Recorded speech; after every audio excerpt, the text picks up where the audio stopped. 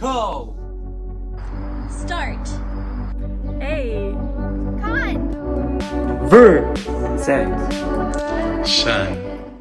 All right, happy Friday, everyone. Welcome back to the second episode of Let's CoStaRt a Conversation. If you haven't seen our pilot episode on racial and cultural identities, be sure to check it out on our Spotify or YouTube channel. Our CoStaRt cohort is made up of VSA members across the entire Midwest, and we serve to be an active voice/participant in the regional and local VSA community. Last week, we talked about the importance of our racial and cultural identities, their impact on our lives in the past, present, and future, along with intersectionality and biracialism. Today, we'll dive into our topic of sexual and gender identities. And to start off intros for today's episode, my name is Kang Fan, and I am the Indiana CoSR. I recently actually moved up to Indianapolis to start a summer program for the Indiana University School of Medicine at IUPUI. And also, I was one of the speakers from our pilot episode, so don't forget to check it out. Yes, please check out our pilot episode. And then straighting off to that, hello, I am David Tran. I am the Michigan CoSR. And from the previous episode with Kang right here, my lovely person right here. And I, an upcoming senior from Michigan State University, as we talked before, I am actually just super excited to graduate. I feel like these last couple of years have been kind of like a blur. But we're getting to the adulthood life. So if you know how to become an adult, please let me know, because I don't know adulting at all. But I'll pass it over to Jennifer, who is a new guest on here. Yes. Hi, everyone. For those who may or may not know me, my name is Jennifer Au, and my pronouns are she, her, hers. I am a rising senior from the University of Nebraska-Lincoln, and I am the Nebraska State Representative. I was actually working behind the scenes on editing for the pilot episode, so that's why you haven't seen me yet, but I'm so excited to join everyone here to present on this episode. Fun fact about me is that I am actually currently studying abroad in South Korea right now for the remainder of the semester, so woo! Is it true that the K-drama looks are just amazing over there? The food over there is so good. I know. Oh yeah, it's a K-drama vibe. I'm gonna get to it. But I just want to introduce a very special guest that we have here today, as you may see on our screen, but for our Spotify users, you may not see, but you can hear. So we want to introduce a really good friend of mine from Michigan State University. Her name is Sue Wong. Sue is currently a graduate student at Michigan State University, getting her master's in social work. Ooh. She's been involved in Michigan State University's Vietnamese Student Association for more than I can remember, honestly. She's been there before I was, and has been involved in the UVSA-Midwest community since. She is currently a member of the civic engagement community for UVSA-Midwest. So without further ado, let's give it for Sue. Woo! So Sue, Yes. welcome. How are you feeling? How's life? I am feeling super nervous, but thank you, David, for introducing me. I've never been on a podcast before, so super excited. I love listening to podcasts. And let's see. I originally got my bachelor's at Michigan State as well in social work. So a little bit about me. And a fun fact is I love embroidering, and I tend to slur my words. So I apologize in advance if that does happen. Okay. Embroidering. I honestly wish I had the hands for that. My hands can't do anything besides type. But speaking of our podcast, we actually started this podcast in order to create a safe space for us all to talk about life, school, community, identity, and everything in between, right? So we wanted to use this platform as a way to empower each other's narratives and to destigmatize what it means to be a Vietnamese, Asian American, or just a person going through life in general. Hopefully y'all can resonate throughout the stories and just honestly vibe with us. So with that being said, just as a little precaution and some trigger warnings and disclaimers, anything that is said during our podcast are just the views and experiences of our own individual selves and does not reflect the UVSA-Midwest as a whole. And these topics that we discuss in our podcast may be personal and sensitive to other individuals. Some of the trigger warnings that we want to include is toxic masculinity, fetishization, and more. So pass it over to Jennifer. So what we got here today? Basically, the rundown of this episode is that we'll be talking about sexual and gender identities, our personal relations to both, and any stories and experiences that we may have with that. Also with expressing and repressing these identities and how these identities go hand in hand and interplay with the Asian culture and identity. And I wanted to before we start talking about the topic of this podcast, I think it's important for our viewers to be aware of our identities. just to understand where we're coming from and our viewpoints when we talk about these topics. So my gender identity is female, my pronouns are she, her, hers, and my sexual orientation is straight. And then for myself, my gender identity is male, my pronouns are he and his, and my sexual orientation is straight. And for me, I identify as female, my pronouns are she, her, hers, and my sexual orientation is bisexual. And for me, I identify as a male with the pronouns he, him, his, and my sexual orientation is straight.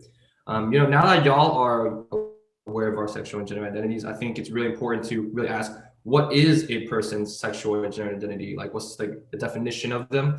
And really, what are the difference between the two? So according to the Human Rights Campaign website, sexual identity is a person's sexual orientation, such as heterosexual and bisexual, whereas gender identity encompasses a person's internal view of themselves that can actually be different from their gender expression, which is how they present their gender to others in a variety of ways, such as pronouns like he and his, she, her, hers, and they, them, theirs.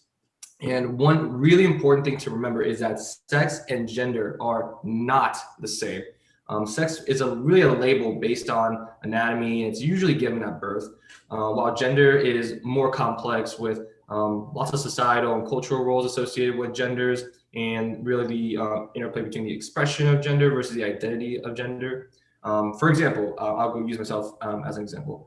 Like I said, my sex is male. I identify and express my gender as also male with my pronouns of he, him, his. But for a lot of people, their sex and gender may actually be different from one another. Yeah. And speaking of pronouns, they've actually become kind of an important indicator of a person's expressed gender in the modern world. This is really especially true of gender neutral pronouns like they, them, theirs. And a 2020 survey actually from the Trevor Project found that 25% of LGBTQ plus individuals use pronouns other than he, him, his, and she, her, hers. While another study from the Pew Research Center saw that 20% of Americans personally know someone that uses a gender neutral pronoun, such as myself. Yeah, and if I'm not wrong too, I feel like as like the generation's growing, right, like that percentage is slowly going up more. In fact, like I feel like a lot of my colleagues right now too in my internship, like a lot of them are using like a mixture of like he, them pronouns, she, they pronouns. So like it's definitely growing. It's also diversity as well. Yeah, true. Actually, we have a somewhat related question from the audience. So the question is, how do you go about to ask for someone's gender pronouns if they don't tell you personally? I can maybe start. In my opinion, I don't really think it hurts to ask. In my opinion, I think it's really sincere to go out of your way to go up to a person that you personally don't know their pronouns and just ask them what their pronouns are, just to make sure that you address them the right way.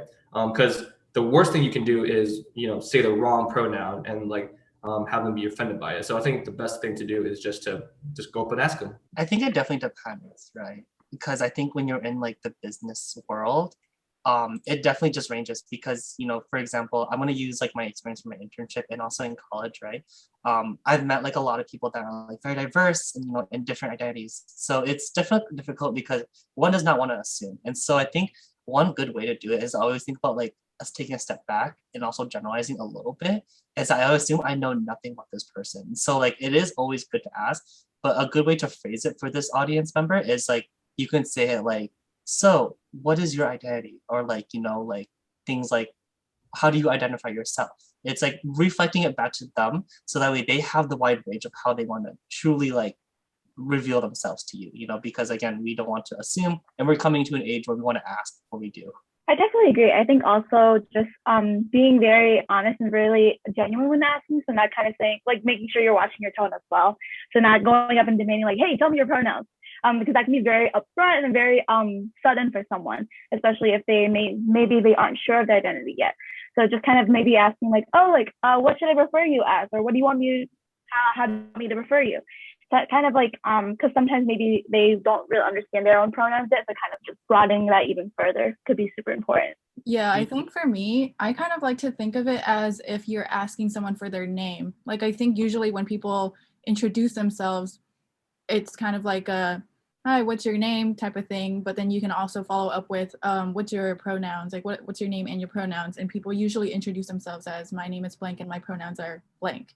So I think like following up after you ask for someone's name would be like a good time for you to ask for someone's pronoun. Definitely, or even like even just introducing yourself, like for instance, like, oh, my name is Sue and I use she, her pronouns, kind of indicates them to be open with their own pronouns as well. Mm-hmm. Yes, I'll preach to that, y'all. I love it. So while we're on the topic of like pronouns, right? This also ties into like intersecting with like the LGBT plus community, right? And the reason why I kind of want to bring Sue here is, Sue actually held a very successful event called Mindful Mondays. If you don't know, you know. It's basically a good panel discussion for folks similar to like this podcast, where people just get together and discuss about certain topics. As of last month, it was actually known as Pride Month, and so Sue and her colleagues from the Civic Engagement team held a Pride Month workshop to talk about the history of the LGBT plus community and how to be an ally or be a key responder and like supporting.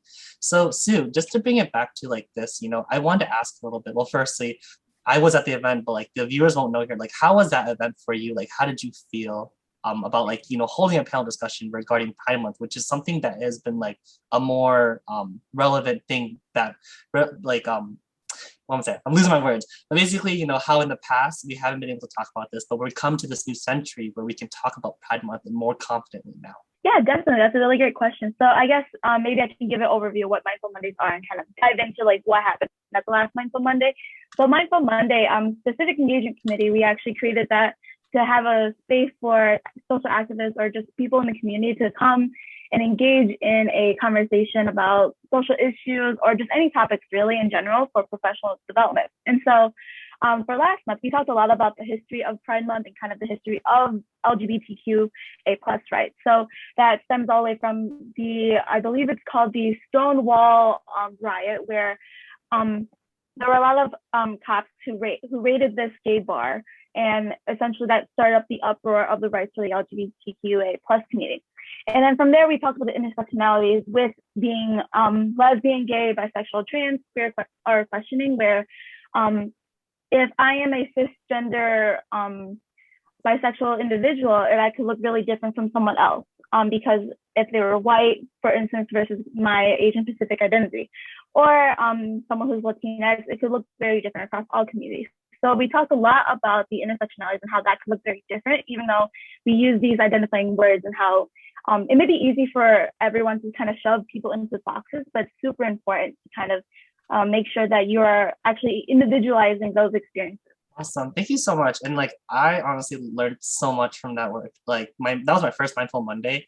And let me tell you, like, it was really good to be in there because it helped me not only learn how to like learn more about the history, which is barely talked about in education, let me just say, but it also helped me how to like learn how to be an ally. And for me, like that actually means a lot because nowadays I have a lot of my friends that are starting to come out and also starting to like, not understand how to be an ally to them. So like, this is very insightful. So like, I appreciate you so much.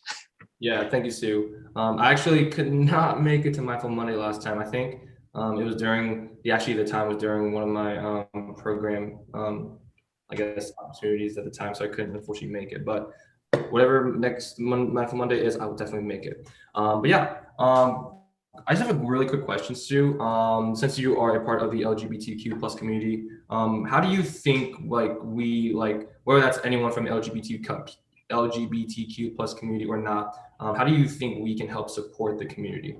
No, definitely, that's a really great question. I think that's something that needs to be asked in order to move forward in terms of like going alongside with all the current policies and Pride Month becoming an official holiday in the United States. Of course, I can't really represent the whole community just because, I'm just one person, but based on my research and based on what I know, I think it's super important to talk about it. So for instance, having this podcast or even like going to Mindful Monday or just kind of being open to reading about it, learning about it, things of that nature is super important. I think also just being able to stand up for those individuals. So if someone looks really uncomfortable, doesn't really want to share the identity, just kind of stepping in and kind of like either being a distractor of like, why don't we talk about something else? Or just kind of saying like straight up, like, hey, like they don't really seem comfortable with that. Let's not talk about it right now. That's super important. Just because everyone's journey is super different in terms of like finding their own gender and sexual identities. And I think other ways you can support the LGBTQA plus community, just really educating yourself, educating others, and going to, being open to learning is super important. Awesome. Thank you so much, Sue. Yeah, that's actually really insightful, because I feel like those who aren't a part of the community, they wonder how they can help without actually like relating and being a part of it. And so being involved and attending events and just being educated in general definitely shows support. I do have one more question for you. And the question is, what are some obstacles that you think the community faces or like have faced that has not been addressed yet? Let's see. I think that's kind of a hefty question, but a good question. And I think lots of barriers can include like, even though Pride Month is a thing, even though it is being talked about, that doesn't mean everyone can be open about their identity yet. Some people, they may feel, still feel a little bit timid or afraid, or may feel like they would be shamed for identifying who they are, as they are. And so I think that's one of the important barriers, is just the stigma and the overall fear within the community. And also just going into like a broader perspective, there are lots of policies still that kind of go against the LGBTQA plus community, even though that marriage is legalized, even though Pride Month is becoming a nationalized thing, such as, I believe, I'm trying to remember it, I researched this on Mindful Mondays, but it was a policy in, I believe, Colorado, where they basically said, by law, you have to use the bathroom that goes alongside with your born sexuality. So not necessarily your sexual identity or your gender identity, but just if you were born a male, you have to go use the male's bathroom. If you were born a female, you have to go use the female's bathroom, regardless if you're transgender, regardless of what you identify as.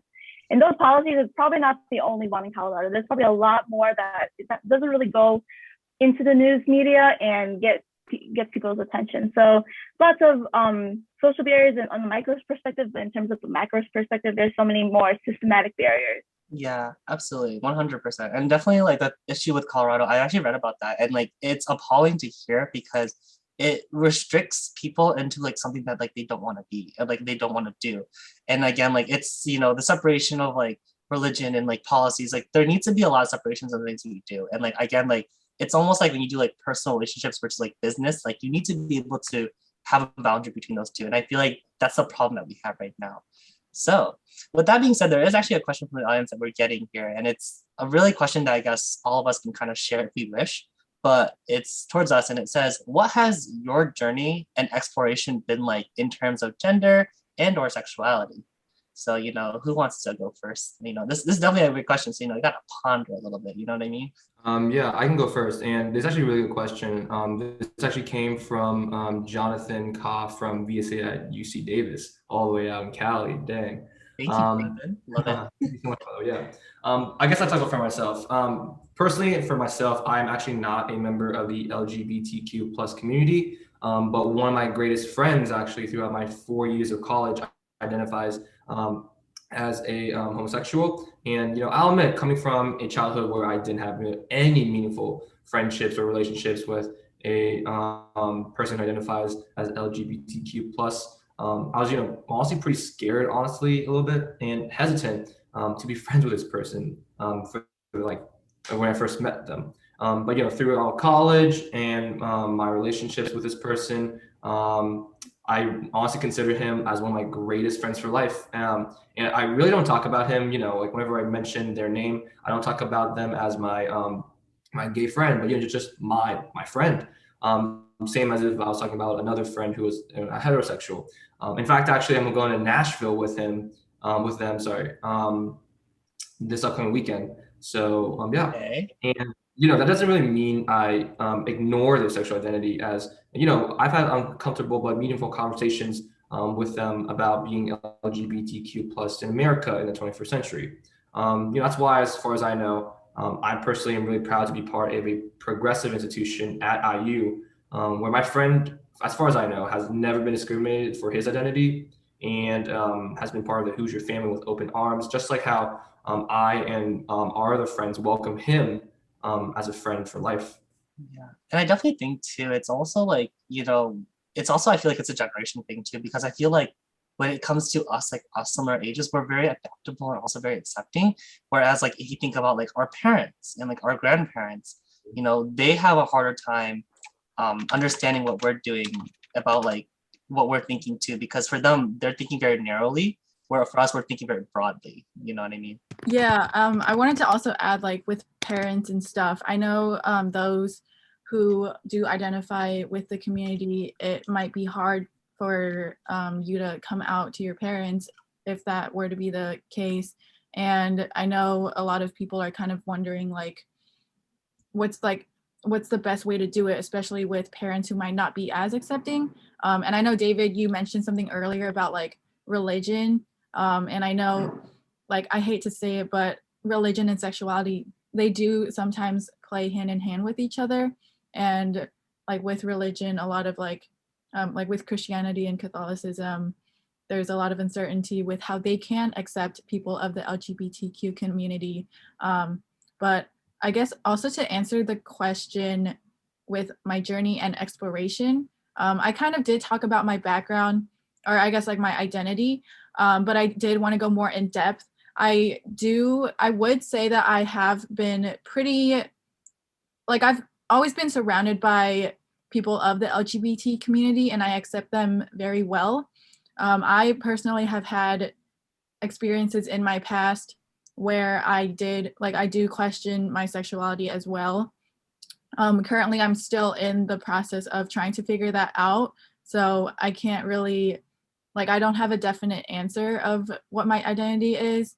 So I just, go with the default when I do introduce myself to others.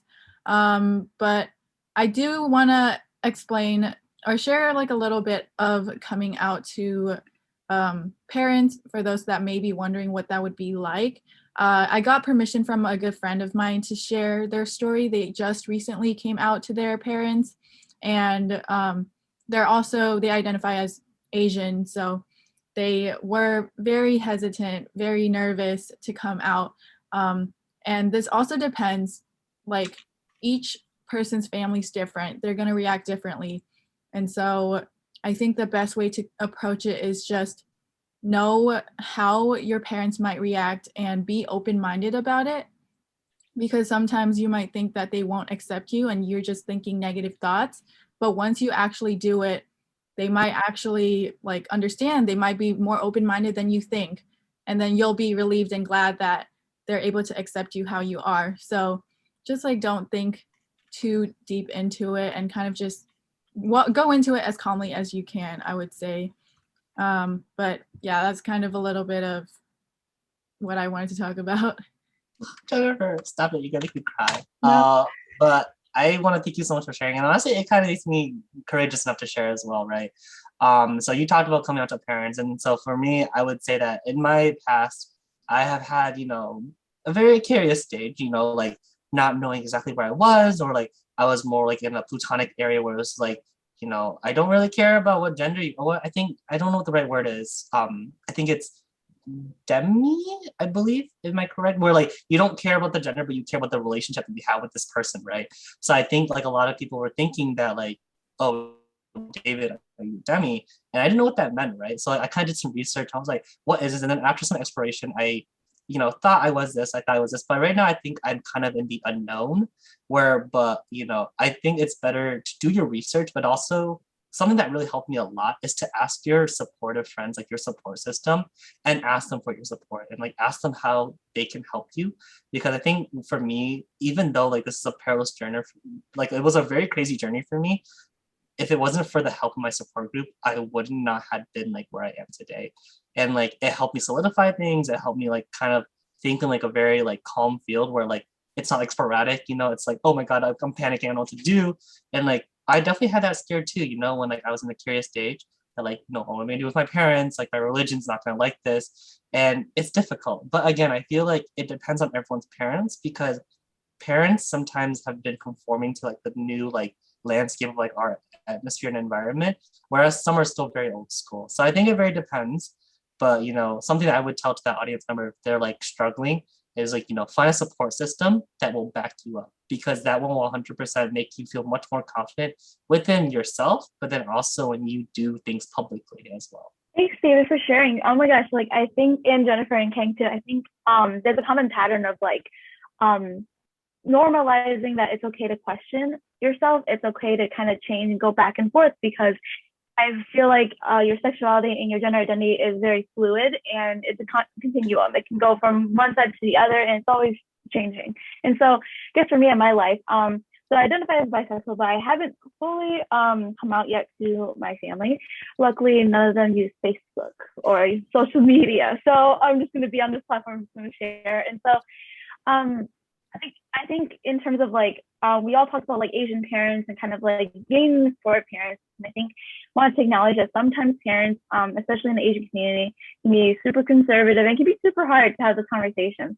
And I think I had an experience with my mom, which is why like it's a hard conversation to have, where I was living with a roommate who identified as lesbian, and she knew that, and she kind of said weird phrases that made me feel like very uncomfortable, and that's why I haven't really gotten a chance to fully share, like be super open with it, where she was like, oh, like your roommate's actually the one that's lesbian, your roommate's actually very nice, or like what they would say be very keen, very like very normal and things like that. So I'm like, I don't know, it just made me feel like it's kind of like those comments, even though they weren't super mean, they weren't really targeting, it made me feel like she already othered her in this box in her head. And so I think that's like a common thing that maybe a lot of the individuals may feel, and that makes them feel really nervous to come out or to be super open with themselves. So going along with what David said, finding a support system is so important. And I think some people may think that you could do it alone, but I think with a support system, I think you can conquer the world with one. Absolutely. Pray to the people. It gets me really excited to know this, because I think from what I've noticed, like it's like my like coming of age is that we've come to this area where we are much more open and accepting to who anyone wants to be, because I think it's like this whole idea of like individualism, right? Like, because again, like when we're in America or like United States specifically, like we just say like, it's all about you, whereas, especially with like Eastern culture, Asian American, like it's all about collectivism, where like you think about the greater good. And I think that kind of hinders a lot of people, because when you're here, you can be yourself, but when you're somewhere else, that's not the case for some people. And definitely that's why we see like a lot of conflicts, but also we see like in the United States, like a lot of people host pride parades, they host like, pride flags in like their backyards and such. And that's just a way of people to show that like, we are happy with who we are. And, again, I think it really does go back to like the whole support system, because I don't think anyone can just do that by themselves. They have to have somebody behind their backs holding them up, because again, you can't do anything just by yourself. You gotta, it takes a village. You gotta have everyone come and get together, just, push through, Hopefully one day, legislation would understand that, but that's just my political side of me. But I won't bring that in, honestly. Yeah, I wanted to add also with the support system too, like you can't really like have the comfortability to come out to your parents if you haven't really like come out to like your friends and people who you're comfortable with first. And that's where the support system comes in, is that if you're comfortable talking to your friends and stuff about like, your identity, then it builds that courage and they'll support you for you to, take that bigger step. Oh yeah. And also, King, I know you had something in mind that you wanted to say about this too. He's pondering with his like face, He's like, I see that. I was like, here you go. You can talk. Yeah, well, wisely trying to think. But no, talking about support systems, like this just like not just like for coming out, but like for pretty much any like situation, whether how big or how small, like studies have shown that like there are three things that people want like for fulfillment in life. First two are autonomy, which is like being able to make your own choices. The next one is competence, which is like being able to be useful, be good at something that you like really like want to do. And then the third thing, which we're talking about right now, is like relatedness, having these genuine connections with people, no matter who they are, like having a support system. So pretty much like having a support system is pretty much essential to life. I honestly believe it's on par with like food, water, shelter in terms of like living life. So no matter what you're going through in life, having a support system will get you through any of your conflicts, any of your good times, any of your hard times, and they're pretty much just there to like be there for you whenever you need it. Yes, like I always say, homies support homies, and that's for Kang. I got your back always. And much as Sue is Jennifer, but homie love is a little different sometimes. You know what I mean? Yeah, good laughs, but with all that being said, does anyone want to share like any final words and final thoughts before we head on to a new subject? So like I wanted to kind of like add in something where I don't know if some of our listeners might be sitting there thinking like I don't have a support system, and I just want to like kind of acknowledge that like maybe you don't really have a support system right now, but I believe that everyone deserves one, and that maybe you just haven't found yours yet. So I think that there is someone out there that is there to root you on, whether it's us. I don't even know who you are, but if you're feeling like unsafe and you're feeling like not sure, like I'm here, find me anywhere, and I will support you 100% if you're needing a support system. So I feel like I don't know if that's up for everyone else on here too, but I think there is someone out there for everyone. Oh yes, 100%. Yes, for sure. Oh my gosh, it's like all this like love, this warmth, this like sentimental. Everyone's sharing stories. I'm just like, my heart. But just to end it on a good note, I think now would be a good time for halftime. Take a little break. Let's like, settle our minds down. Get some coffee, drink some water, hydrate as always. Yeah, digest everything that was just said. Hydrate or dihydrate. But yeah, thank you so much for everyone that's tuned in so far, and we will see you after halftime. Peace. All right, and we are back from halftime. Thank you so much for those that have been waiting. Hopefully you got some water or some coffee or maybe even food. If you're listening to us, thank you so much for taking the time. Welcome back. I am David Chen. I am one of the presenters here, along with Kang, Jennifer, and our guest speaker, Sue, talking about gender and sexuality. So in our previous curly mark, we talked about the LGBT plus community, shared some of our stories, and then even talked about the difference between sexual and gender identities. But now the real question is, how the difference between expressing and repressing sexual and gender identities. So, a key question I want you all kind of just to think about right now for our viewers as well is, why is it that our sexual and gender identities are so important in our lives? Or is it that sometimes we don't notice it as much, because sometimes we just go through our lives and just don't think about why they're so important to us, where to some other people, it means more to them than anything. But honestly, I'm just gonna go first because I was just like fumigating, I was ready. But I think it's important because after all like the collection of talking to us and sharing our stories, that it is just needed to know, especially when we talked about our pronouns earlier, right? Like not everyone knows, we can go through a whole world of assumptions, but that can go and get you so far, And I think that when we're talking about our sexual and gender identities, if we're comfortable, we need to express it so that people can understand where we're coming from. And then from there, it can help us lead to better understanding and also learn to bigger cooperations, And then in most cases, I would say that from the difference from what I research is that most people express and repress their identities based on the people they are around and comfortable with in certain scenarios and situations. For example, a person can be identified as they, them, but then if they're around their parents, like we talked earlier, they may identify as he, him, or she, her at that current moment. But when it comes to their friends and whoever like their colleagues are, they will probably say they, them. So I think definitely it depends like a cultural like indifference and also generational as well, right? But moving into that, I would say that a question that we have from the audience is that, what is your sexual gender identities, and when/how did you know? Because for this audience, they've been questioning their own identities. So they wanted to hear from others' experience, like how did they know and like when do you know? So, I know we talked about our genders and sexuality earlier, but I guess, geared to the audience, how did we know and when did we know, kind of thing?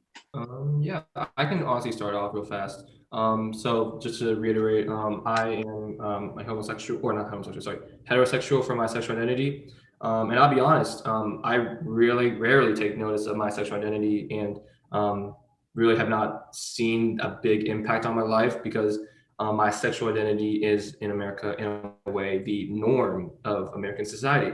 And I think it's important to recognize, like I recognize my privilege of not needing to come out as a straight person because it is like the norm, like I said today, in America. And personally, I believe that heterosexuals in the US need to understand that this privilege that comes with their identity. And I think discuss it openly to acknowledge it, so that way heterosexuals can, stand in solidarity with those that don't have those same privileges. So that way we can, make these privileges more visible and then question them. Because in my opinion, like it shouldn't be like the norm to not say anything, but then like have it be struggling for LGBTQ plus communities to, feel discriminated because of the norm, or I guess like the discrimination in America today. Because in my opinion, I feel like all people, no matter who you are, like should be on the same playing field. But yeah, being able to make these privileges more visible and question them can break the inequality between members of different identities with certain privileges or lack of said privileges. Mhm. And when you talk about visibility, right, I think like there's a really good example that I like to do. So like if y'all have noticed, right, so like Zoom, LinkedIn, Instagram recently have just initiated like this new process where people and users are now able to put in their pronouns. And I think that's a really great way of like making visibility towards your colleagues and like your users, because not only does it show that they are caring, but it also shows that like we have a chance to show our pronouns and also like show who we are as like identity wise. And I think it helps a lot.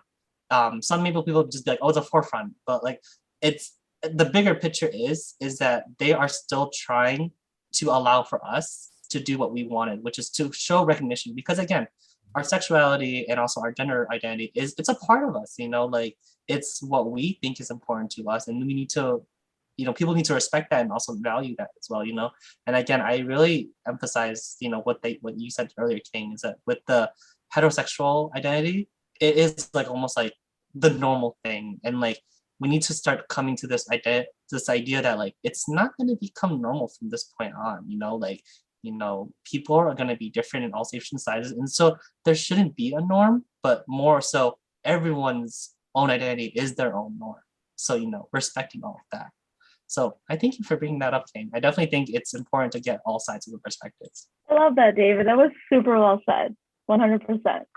And I guess I wanted to like kind of put my 2 cents in super quick, but I think to answer the individual's question of how I came to kind of like, for me personally, how to figure out your identity, because I at first, like what King and David were saying, how homosexuality is the norm. I was the norm, and I think eventually, as I started interacting with more people, just because your gender identity and your sexual identity is super important in terms of like how to interact with others. It's part of the human experience is that connection with other human beings. So I think as I started interacting with more people, I started kind of like, I guess you kind of get this gut feeling. You kind of like feel like, maybe it's not heterosexual, maybe it is, I don't know. And you just kind of go with it. And then one day you kind of just have this gut feeling when you feel maybe it's the confidence, maybe it's the comfortability of like being comfortable with your own identity and saying like, this is it. And there's that. So it's different for everyone though, but that's kind of like where I kind of stood and how that kind of happened. But yeah. Hey, yeah.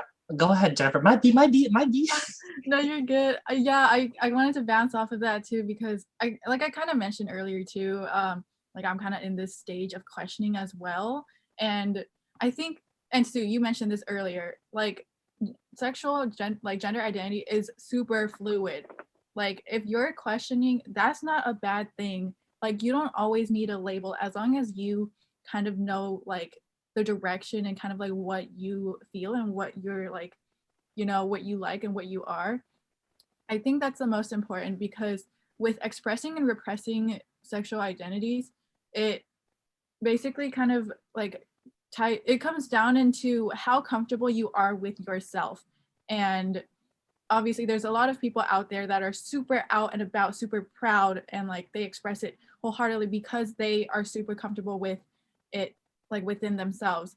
And then there's also others that like may be very like shy and timid about it and like they repress it because there are certain factors like, self-doubt that prevents them from being super out. And also like a situational thing too.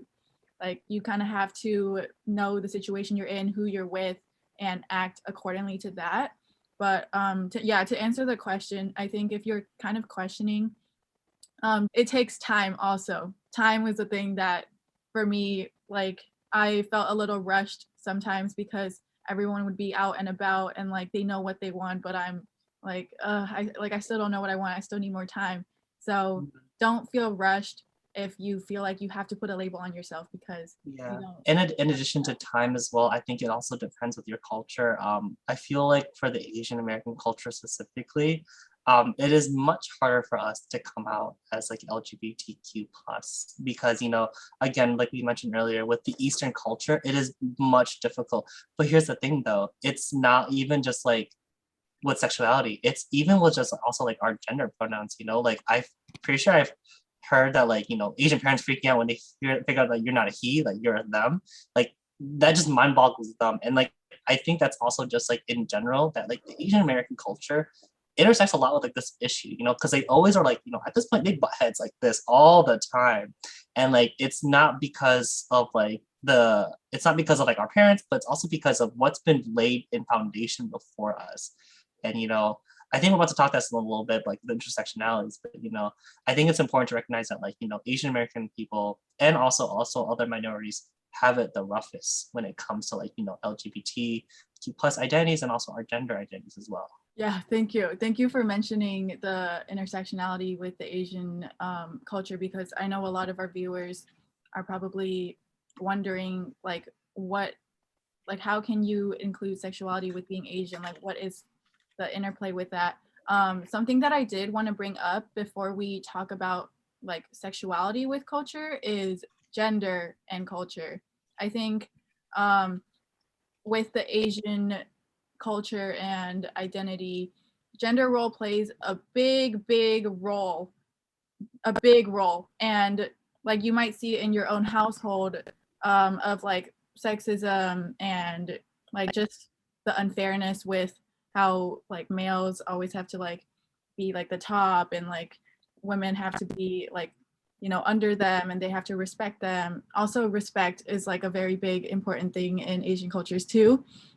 So a lot of stereotypes come with, you know, being an Asian woman. Obviously they're pretty underrepresented within the Asian like gender spectrum, but Asian women in general, like on a broader sense, they do face a lot of stereotypes. Like in the Western culture, Asian women are seen as being submissive, obedient, compliant, and this comes from the general perception that Asians are passive, because we've always been taught not to talk back and that it's better to be silent than to speak up and cause trouble, like the whole respect thing, right?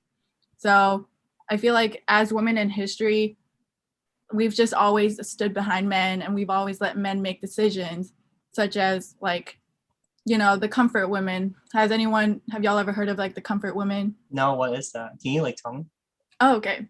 I was actually surprised that, yeah. So basically the like comfort women, it's this thing in history. I believe it was during the Korean, the war. But a lot of like American soldiers came to Korea to like fight in the war, right? But Korean women were basically used as objects during the war as sexual pleasures for these American soldiers. And that's why they're called comfort women, because the Korean women were there to comfort and help support the American soldiers. Not a good thing, not a good thing. And that makes my blood boil. Ugh. Yeah, I know. But that's basically where like the whole just Asian women in general have been very downplayed and undermined in history. And also speaking of like American like culture, there's this thing called fetishization with Asian women. Oh no. No. Yeah, y'all heard of that? Yeah, unfortunately, I've heard of it multiple times.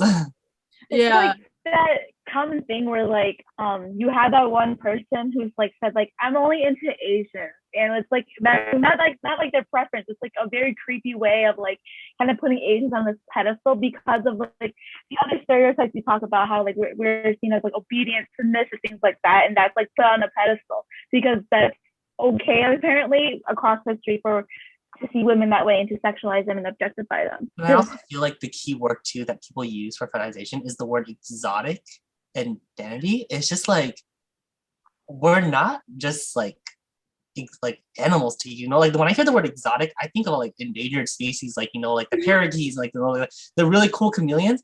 But like when you put on people, I'm just like, gross. What's wrong with you? Like, you really gonna demean someone like that? Like, especially women, which by the way, don't get paid enough and don't get the much respect. They need to be put in front this time. I just think it's definitely like it's history that like when I read about it, it's just like, are you kidding me? And then some people like nowadays, like in the movies, they portray like Thailand as like like you go there, like all the guys go there to like get girls and such. I'm just like, that's disgusting. Like, what in the world are you thinking? And like again, it's all about people's pleasure, which is the unfortunate side of this world. But I'm so thankful you brought it up, because I feel like it needs to be like talked about, and like it honestly just it irks me a little bit. So like I'm not gonna go any further. I'm gonna let you take over, Jennifer. Yeah, I know. It's such a gross thing that I still can't believe it's like even a thing. And also, you know what else is kind of like irks me a little bit too? The whole tokenism thing. I don't know if y'all are aware, but well, I guess to break it down a little bit, tokenism is just basically like the effort to try to be inclusive to minority groups through a token, kind of like a symbol. So a lot of people, like, I'm just gonna be like honest, but non-Asians, non-Asian male, they'll use Asian woman as their token to try to get closer to the Asian culture. So for example, they'll say, oh, my wife is Asian. Yeah, I relate with you on that. Like, I know I like Asian food. Like, my wife makes good Asian food. Like, trying to bring in like that connection to our culture is just a very disturbing thing. I think it go the same way with like also males and like non-Asian women as well, because I don't know if y'all know like cultural appropriation, like when we do Halloween, and like some people wear like, so the Vietnamese people would know, but like the ao dai, so like it's a Vietnamese dress. You notice that like some females will wear it and then they'll sexualize that, and then they'll be like, oh well, like my husband showed me this because he's Vietnamese, or like they're Asian. It's just like, respect the culture. Don't like like if you're gonna appropriate, at least like do it the right way, like, well, what's the word? It's like, don't appropriate, appreciate. So like appreciate what we've already done. Don't fix it to like where it's like to your own fantasy. But I'm just, yeah, I definitely feel the word on tokenism, but it goes both ways, right? And speaking of both ways, there's also Asian stereotypes on men as well, especially with toxic masculinity. And I just want to real quickly mention this, but like in a New York Times article that I read about, toxic masculinity is basically the notion in which males are given expectations and norms to follow in order to become the ideal male. I don't know about that. I think I'm perfect just the way I am. That's just maybe my egotistic side. But I think King's the perfect male. That's my man. But I love you, Kay. But these norms are pretty much like really high up in like the stakes, right? And it hinders a lot of, and like with the toxic masculinity, it hinders emotion, and it projects like a hardness to the males in which it doesn't allow for like other personalities, so like basically, for example, like like a male, when you think about it, it's like the oh, I'm a rough guy that goes to the gym all day, I don't care about feelings, I never cry kind of deal. But like that hinders the folks that are like, I'm kind of shy, but like I get emotional really fast. Like it doesn't allow for that to be open. And I think that's definitely a problem, because it, for Asian men, they're shown in like media and like on all fronts in society as like undesirable, since like the stereotype for them is like they are desexualized, like they're very like feministic and also like very emotional, like where like compared to like the American GI Joe, where like they're super buff and like all about like protecting the females and such. But like it's not always the case. So I think like these portrayals are giving us like negative outlets, but they are slowly being changed right now, right? And so, for example, if Simu Liu, who is like the new acting star for Ten Rings, Shang-Chi, that's a new Marvel movie, by the way, that's loved by everybody.